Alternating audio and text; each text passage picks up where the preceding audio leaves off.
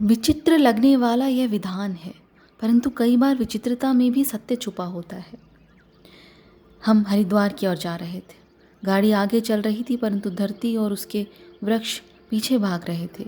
यद्यपि यह आभास मात्र है, लेकिन संसार के समान मानव मात्र वर्तमान को पार करके भविष्य की ओर आकांक्षा रूपी गाड़ी द्वारा भागता है। परंतु आज इसी क्षण तो मैं वर्तमान से भविष्य के बदले स्मृति रूपी गाड़ी में सवार होकर 20 वर्ष से भी अधिक लंबे समय तक भूतकाल के उस पट पर तेजी से दौड़ रहा था। स्मृतियों का प्रवाह उमड़ रहा था मेरे मन में, एक साथ आड़ा टेढ़ा स्मृति रूप स्थिर हो गया था। स्वरूपानंद के अभ्यास काल के दिन, टूर्नामेंट, डिबेट, मित्रों के साथ किए गए रंग बिरंगे रोमांचक अनुभव, गंगा मैया के किनारे घने हरे हरे वृक्षों की छां। अचानक एक चेहरा मेरे मानस पे उभर आया, निर्दोष, सुंदर, आध्यात्मिक आभा से भरा, हंसता चेहरा। यह चेहरा था मेरे काका की बेटी चंदा का, मेरी बहन चंदा, मुझसे 2 ही वर्ष बड़ी, जिसने मेरे समग्र जीवन को अपने आदर्शों से रंग कर मेरे जीवन को बदल दिया। एक नया मोड़, एक नई दिशा के द्वार पर लाकर मुझे खड़ा कर दिया। और उससे जो मुझे आनंद का अनुभव हुआ, उसके बाद लगा कि इस भौतिक आनंद से अनेक गुना अधिक आनंद अब मुझे मिल रहा है। चलती फिरती तितली जैसी चंदा पूर्व जन्म में कोई महायोगिनी होगी, ऐसा उसका व्यक्तित्व था। संसार में रहते हुए भी संसार के सुखों से निर्लिप्त, भरे पूरे समृद्ध संसार में रहते हुए भी उसे प्राप्त सुखों से कभी परिप्लावित नहीं हुई वो। इसीलिए जाने क्यों मुझे चंदा गंगा मैया जैसी दिखती थी। चंदा और मैं एक ही कॉलेज में बीए के अंतिम वर्ष में परीक्षा दे रहे थे। मेरी बहन का ऐसा व्यक्तित्व था कि उसे देखते ही पवित्र भाग जाग जाते थे, वासना दूर भागती थी और अंतर में भक्ति भाव जाग जाता था। फिर भी मेरे साथ अभ्यास कर रहा मेरा मित्र, जो करोड़पति बाप का संस्कारी बीता था, चंदा के व्यक्तित्व से चौंधिया कर उससे अत्यंत मोहित हो गया था। बस चंदा के उसके अंतर में बस जाने से वह लगभग पागल सा हो गया था। चंदा की दोस्ती और प्रेम प्राप्त करने के लिए वह अधिक से अधिक उसके पास आने लगा, चंदा को हर तरह से प्रसन्न करने का प्रयत्न करता। परंतु मस्त चंदा, उसको कहाँ ये पता था। आशीष नाम का मेरा ये मित्र अपने प्रेम को अंदर में दबाकर दर्द सहन कर रहा था। वो जानता था कि चंदा कोई सामान्य नहीं, उसके जैसी सौम्य और पवित्र युवती से सांसारिक प्रेम की याचना करना विवेकहीनता है, पाप है। वह मन ही मन उदास और पागल के समान घूमता रहता था। फिर तो मेरे साथ भी वह हंसकर बात नहीं कर सकता था, क्योंकि मैं चंदा का भाई था और वो बहुत संस्कारी और शर्मीला। धीरे धीरे वो बहुत उदासीन होता चला गया। उसका ये व्यवहार और परिवर्तन मैं समझ नहीं सका था।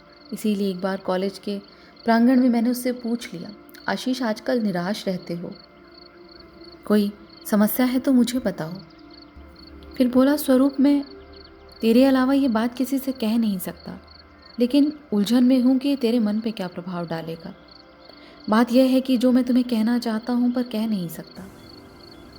बोला, स्वरूप मैं प्रेम करता हूँ। मैंने कहा, प्रेम करना या होना कोई अपराध तो नहीं, यह तो स्वाभाविक है, प्राकृतिक है। किंतु मेरा प्रेम पात्र ही ऐसा है, मुझे लगता है मैं उसके योग्य नहीं। करोड़ों रुपए और उतनी ही संपत्ति के मालिक का इकलौता बेटा होने के बाद भी मैं उसकी दिव्यता और पवित्रता की तुलना में सामान्य हूँ, तुच्छ हूँ। मेरी करोड़ों की संपत्ति का उसकी पवित्र सादगी और आध्यात्मिक दैव्य वैभव के आगे कोई मूल्य नहीं। अंतर की गहराई से मैं उसे चाहता हूँ, फिर भी मैं उसके बिना नहीं रह सकता और नहीं जी सकता। परंतु वह कौन है बताओगे? मैं तुम्हारे साथ हूँ, मैं तुम्हारी सहायता करूँगा। और तभी मेरे कानों में शब्द पड़े, अरे स्वरूप भैया तुम यहाँ, मैं तुम्हें कब से ढूंढ रही हूँ। पीछे देखा तो गाड़ी की स्टीयरिंग व्हील पकड़कर खिड़की से मेरी बहन चंदा देख रही थी। और पता नहीं क्यों मेरे अंतःकरण में जागा कि शायद ये चंदा की ही बात कर रहा है। चंदा ने कहा, चलो जल्दी आओ, गाड़ी में बैठो, तुम्हें किसी से मिलाना है। तेज गति से गाड़ी चला रही चंदा को मैंने देखा, उसके सौम्य चेहरे पे मंद स्मित था। मैंने कहा, चंदा वो मेरा मित्र आशीष था। करोड़पति का इकलौता बेटा है। चंदा ने कहा, हाँ पता है, अपने घर से थोड़ी ही दूर उसका बहुत बड़ा बंगला है। मैंने कहा, चंदा वो तुम्हें चाहता है, वो तुमसे प्रेम करता है। चंदा ने कहा, जानती हूँ। हाँ, मैं भी उसे चाहती हूँ, लेकिन हाँ, उससे कहना चंदा सारे विश्व को चाहती है। जड़ चेतन सर्व पदार्थ, कीट पतंग, जिंदा मुर्दा, कौवे कुत्ते बिल्ली, जिस प्रकार मैं सबको चाहती हूँ वैसे ही उसे भी चाहती हूँ। उपेक्षा भाव से नहीं, सहजता से कहे गए इन शब्दों को सुनकर मैं चौंक गया। दया से प्रेरित होकर आशीष के उससे प्रेम में सहायक होने की मेरी उत्पन्न आशा पर पानी फिर गया। मैंने फिर एक बार कहा, वो तुम्हारे बगैर जी नहीं सकेगा। उत्तर आया, जीना या मरना यह उसे निश्चित करना है। मैं उसके ऐसे मूर्खतापूर्ण संकल्प या कैसी भी इच्छा के लिए किसी भी प्रकार से उत्तरदायी नहीं हूँ।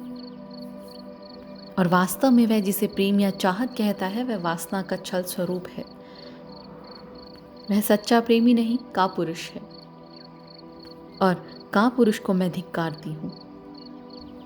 तभी मैंने इन बातों को घुमा दिया तो मैंने कहा कि तुम मुझे लेकर कहाँ जा रही हो? मंशा देवी के पर्वत के नीचे की झाड़ी में। परंतु क्यों? मेरे गुरु ओम गुरु सरयूदास जी वहाँ रहते हैं, वो आने वाले हैं, और वहाँ तुम्हें पढ़ाई लिखाई छोड़कर साधु वेश में घूमता तुम्हारा मित्र रेवानंद ब्रह्मचारी भी मिलेगा। वाह, ये रेवानंद वहाँ तक कैसे पहुँच गया? रेवानंद सरयूदास जी का प्रिय शिष्य है। साधना द्वारा वह बहुत आगे बढ़ कई सिद्धियां प्राप्त कर चुका है। निराभिमानी उसका मन अब संसार में नहीं रहा, पूर्ण वैरागी। और हाँ, तू रेवानंद का मित्र है, फिर सरयूदास जी भी तुझसे खुश हैं। तुझे आज तक देखा नहीं, फिर भी तुम्हें साथ ही लाने के लिए उन्होंने मुझे सूचना दी थी।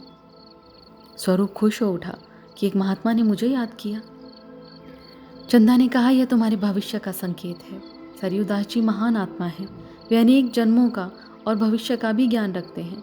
इसलिए संबंधित योग्य व्यक्ति को वे योग द्वारा जानकर शक्तिपात द्वारा प्रगति करवाते हैं। कदाचित ऐसे ही हेतु तुम्हें बुलाया गया है।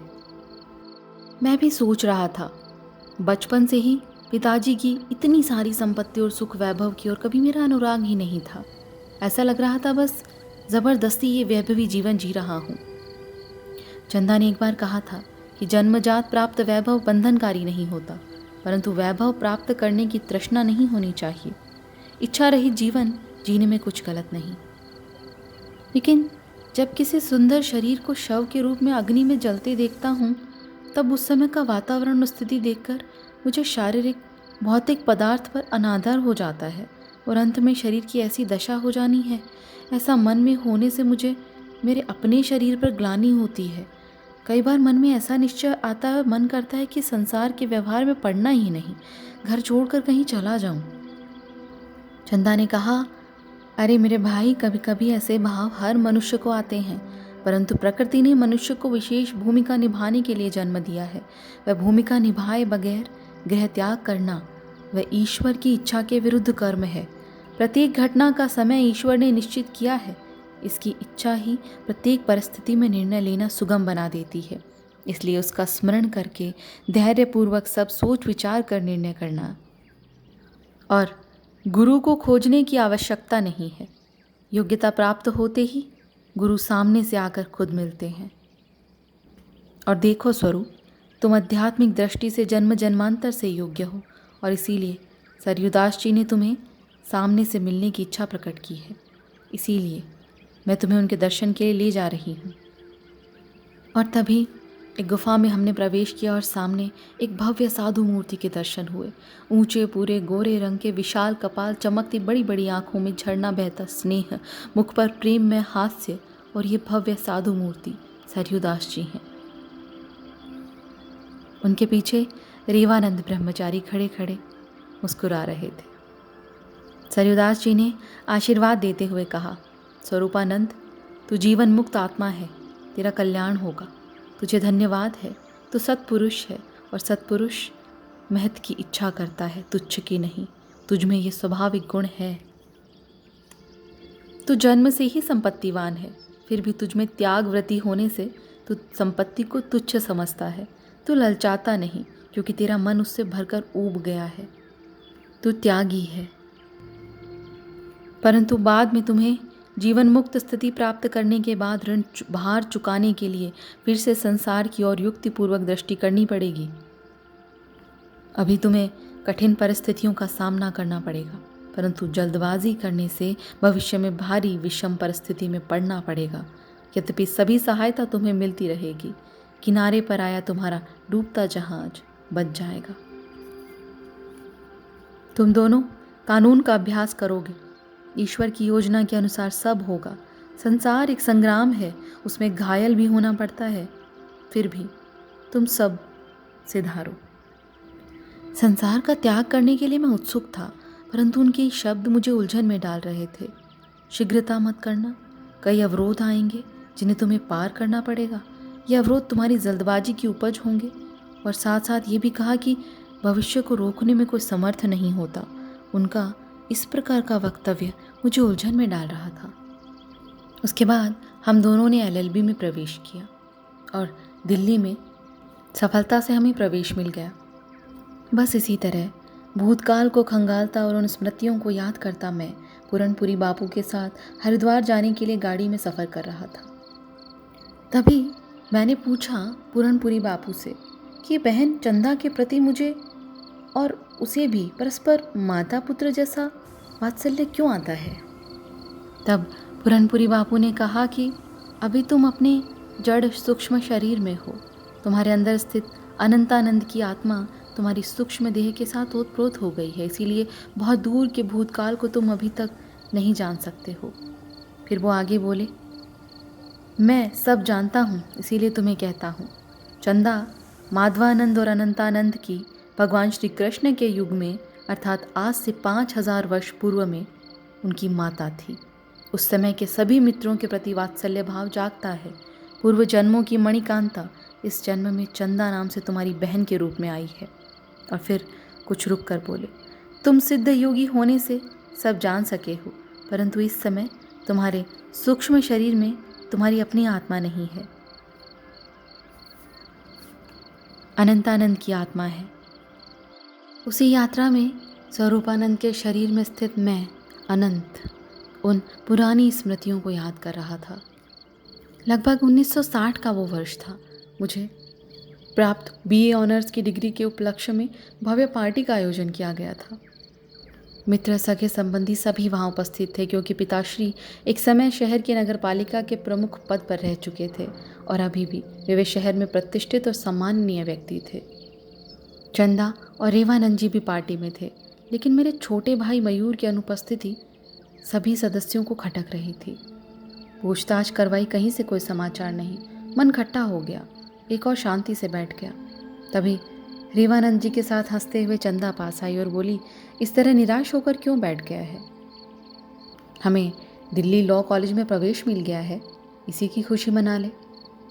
तभी रेवानंद जी ने कहा, सामान्य घटनाओं में भी मन को विक्षिप्त करेगा तो आगे जीवन में आने वाले झंझावतों का कैसे सामना करेगा? मैंने कहा, लेकिन मैं समझ नहीं सकता, परंतु मुझे लगता है कि मैं बार बार वैराग्य की तरफ घसीटा जा रहा हूँ। चंदा ने हंसते हुए कहा, तेरा ये वैराग्य सत्य पर आधारित है, सच है, संसार निभाने जैसा नहीं है, परंतु विश्व का निर्माण संसार से हुआ है, उसी में रहकर सब करना है। वैराग्य भी तो किस आधार पर करेगा? संसार की निरखता पर ना। इसलिए संसार को अनदेखा करना संभव नहीं। संसार को आत्मा में समाना पड़ता है, संसार को विश्व को आत्मा में समाकर आत्मसात करना पड़ता है, तब सच्चा वैराग्य होना कहा जाता है। तभी रेवानंद जी ने हंसते हुए कहा, देखो सामने तुम्हारा मित्र आशीष या आशिक, क्या नाम, आशीष, यह पार्टी छोड़कर जा रहा है, उसे वापस लाओ। तभी चंदा जोर से आवाज़ देकर उसे बुलाती है, आशीष कहाँ जा रहे हो, आओ तो सही, यहाँ बैठो। और वो मुस्कराता हुआ, हंसता हुआ, उल्लास से भरा हुआ वहाँ आकर बैठ गया। आध्यात्मिक विषय के लिए वहाँ पे विश्वंभर जी भी आए थे उस पार्टी में, और उन्होंने वहाँ पर बहुत सारा ज्ञान लोगों में बांटा। और फिर वहाँ एक युवक ने खड़े होकर पूछा, मुझे आध्यात्मिक विषयों में बहुत रुचि है, ईश्वर प्राप्ति की इच्छा होती है। यथाशक्ति नाम स्मरण जप करता हूँ, परंतु मुझे शांति नहीं। कभी कभी मुझे उदासीन वृत्ति घेर लेती है। मुझे किसी भी विषय में रस नहीं आता। अनेक प्रलोभन मेरे सामने आते हैं। दुनिया में मैं कुछ निश्चय नहीं कर सकता हूँ। क्या कारण है? मार्गदर्शन दीजिए। विश्वम्भर ने हंसते हुए कहा, क्यों, तुम्हें विवाह करने की इच्छा नहीं है क्या? युवक चुप रहा। तो वे बोले, तुम्हें संसार से वैराग्य हो जाता है, परंतु केवल वैराग्य काम का नहीं, क्योंकि विशेष संयोगों की उपस्थिति से कई लोगों को वैराग्य जैसा हो जाता है। शमशान वैराग्य, पुराण वैराग्य, अनेक प्रकार के वैराग्य हैं, परंतु वे सच्चे वैराग्य नहीं। विवेक युक्त वैराग्य हो तो सदा टिका रहेगा। शमशान वैराग्य केवल शमशान तक ही मर्यादित रहता है। किसी पवित्र अंतःकरण वाले को वह 4-6 महीने रहता है, जबकि पूर्ण संस्कारी को वह सदा काल रहता है। सिर पर खड़ा काल यदि मनुष्य देख ले तो उसे भोजन नहीं भाएगा, तब अन्य वैभवी पदार्थों की तो बात ही नहीं आती। इसलिए सच्चा वैराग्य प्राप्त करने के लिए मृत्यु का चिंतन आवश्यक होता है। तभी पीछे से गृहस्थ की आवाज़ आई, महाराज, ज्ञान के लिए गृहस्थाश्रम योग्य है या संन्यास आश्रम? विश्वम्भर जी ने कहा, पूर्ण प्रकाश में भी तुम्हारी स्त्री तुम्हारी आज्ञा से दीपक जलाकर उपस्थित हो जाए तो गृहस्थाश्रम में भी सुखपूर्वक ज्ञान प्राप्त कर सकते हैं। गृहस्थाश्रम में यदि स्त्री अज्ञानी हो तो इस प्रकार दिन के प्रकाश में भी दिया मंगवाने पर तुम्हें अंधा कहेगी। रात दिन का भेद न समझने वाला मूर्ख समझेगी। तुम्हारी आज्ञा को वेद वाक्य मानकर दीपक लेकर उपस्थित हो जाए ऐसी स्त्री हो तो गृहस्थाश्रम में भी आनंद पूर्वक ज्ञान प्राप्त कर सकते हैं। यदि ऐसी अनुकूलता न हो तो उसके लिए संन्यास आश्रम ही ज्ञान प्राप्त करने के लिए योग्य हो सकता है। सुनकर लोग हंसने लगे।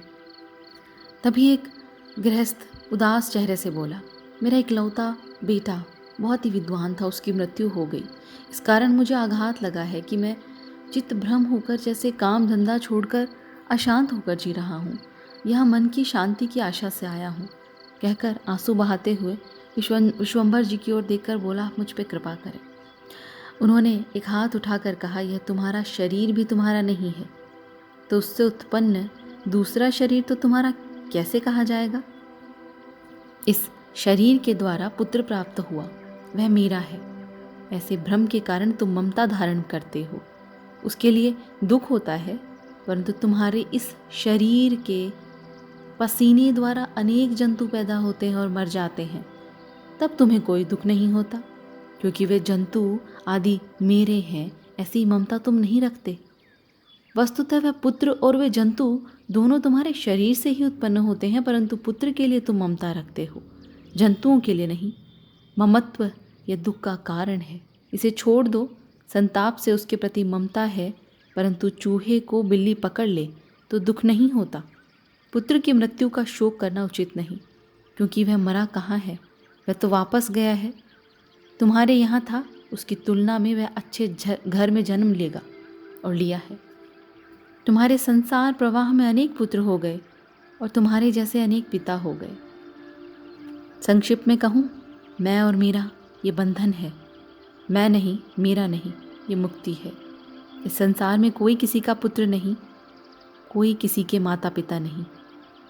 जैसे ऋतु में वृक्षों में फल आते हैं और नष्ट हो जाते हैं, वैसे ही जन्म मरण होते हैं। ये जगत बस एक भ्रांति है। इसलिए मिथ्या शरीर की भावना त्याग करके शुद्ध परमात्मा के स्वरूप में मन स्थिर करो। ऐसा कहकर विश्वम्भर जी मौन होकर ध्यानस्थ हो गए। मैंने आशीष की ओर देखा, वो एकटक चंदा को निहार रहा था। मुझे दया आई। कहाँ तो ये परम पवित्र साध्वी चंदा बहन और कहाँ ये स्त्री के बाह्य रूप पे आसक्त कामी पुरुष। इतना सब सुनने के बाद भी इसकी आसक्ति दूर नहीं हुई, इसे कैसे समझाएं? तभी विश्वम्भर जी ने चंदा बहन को मंच पर आकर कुछ कहने के लिए कहा और उन्होंने कहना शुरू किया, आज के युवाओं में शक्ति नहीं है। उसका कारण व्यसन की आदत और संयम का अभाव। अयोग्य चिंतन उसकी वृत्तियों को भड़काकर इंद्रियों को बहकाता है। ऐसे दुष्ट चिंतन के कारण उनके अंदर उत्पन्न भावना प्रेम के नाटकीय जाल में फंसता चला जाता है। इसके परिणाम में वह अपने ध्येय से विचलित होकर अधोगति होने से अपने व्यक्तित्व को खो बैठता है। वह हताशा और शक्तिहीन पुरुष अंत में का पुरुष जैसे घूमता तिरस्कार का पात्र बन जाता है। संक्षिप्त में कहूँ तो ऐसे अनेक युवा दिखाई देते हैं जो सिनेमा के प्रभाव से अपने संस्कार भूलकर प्रेम के वहम में वासनायुक्त होकर स्त्री का चिंतन करते रहते हैं। तभी मैंने आशीष की ओर देखा। उसका चेहरा फीका हो गया था और निराशा में था। आज के युवाओं और साधना पथ पर चलने के इच्छुक साधकों को समझना है कि जब विषय सुख देने वाली काम वासनाओं की ओर ग्लानि उत्पन्न होने से निरस लगने लगे, तब ही सच्चा वैराग्य उत्पन्न होता है, ऐसा समझना। तभी मैंने आशीष की आसन की तरफ देखा तो वो वहां नहीं था।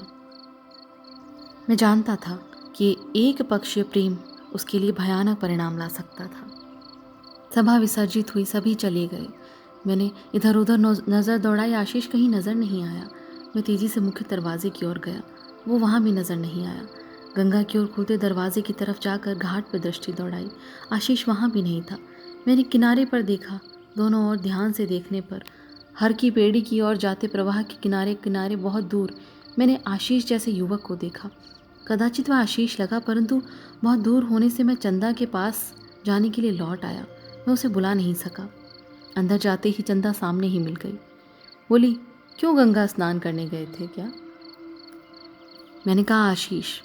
चंदा ने कहा, ऐसे निरर्थक चिंता छोड़, तू अपनी सोच स्वरूप। जिसके प्रारब्ध में जो लिखा होगा उसी के अनुसार होता रहेगा। चलो। इसके बाद की सभी घटनाएं बहुत तेजी से घटने लगी थी। बहुत कुछ जल्दी से हो गया था। चंदा के पिता यानी मेरे काका हमेशा के लिए संसार से विदा ले गए। गंगा किनारे काका की चिता जल रही थी और हम भाई बहन दूर वृक्ष के नीचे बैठकर आंसू बहा रहे थे। चंदा की आंखों से बह रहे आंसू को देखकर मैं अपने आवेग को रोक नहीं सका। मैं उससे लिपटकर जोर से रोने लगा। मेरी ऐसी हालत देखकर चंदा स्वस्थ होकर आंखें पोंछते हुए बोली, बस स्वरूप, जो होना था हो गया और मैं रो नहीं रही। मुझे मृत्यु का कोई विषाद नहीं होता। ये तो मुझ में स्थित परमात्मा रो रहा है। पंचमहाभूत का चोला पहनकर उसमें स्वयं ही प्रवेश करके सुख दुख का अनुभव करते कभी हंसता है तो कभी रोता है। मुझे उसे देखकर लगा ये मेरी बहन चंदा नहीं, अंतरिक्ष से उतर कर आई कोई जोगन है। तभी वहाँ पर एक अर्थी को लाते हुए कुछ लोगों को देखा। शमशान में ऐसा दृश्य तो स्वाभाविक था, परंतु अर्थी के साथ के चेहरे परिचित थे। रेवानंद जी भी वहाँ थे और हम दोनों के पास आकर बोले, आशीष ने आत्महत्या कर ली है। यह अर्थी उसी की है।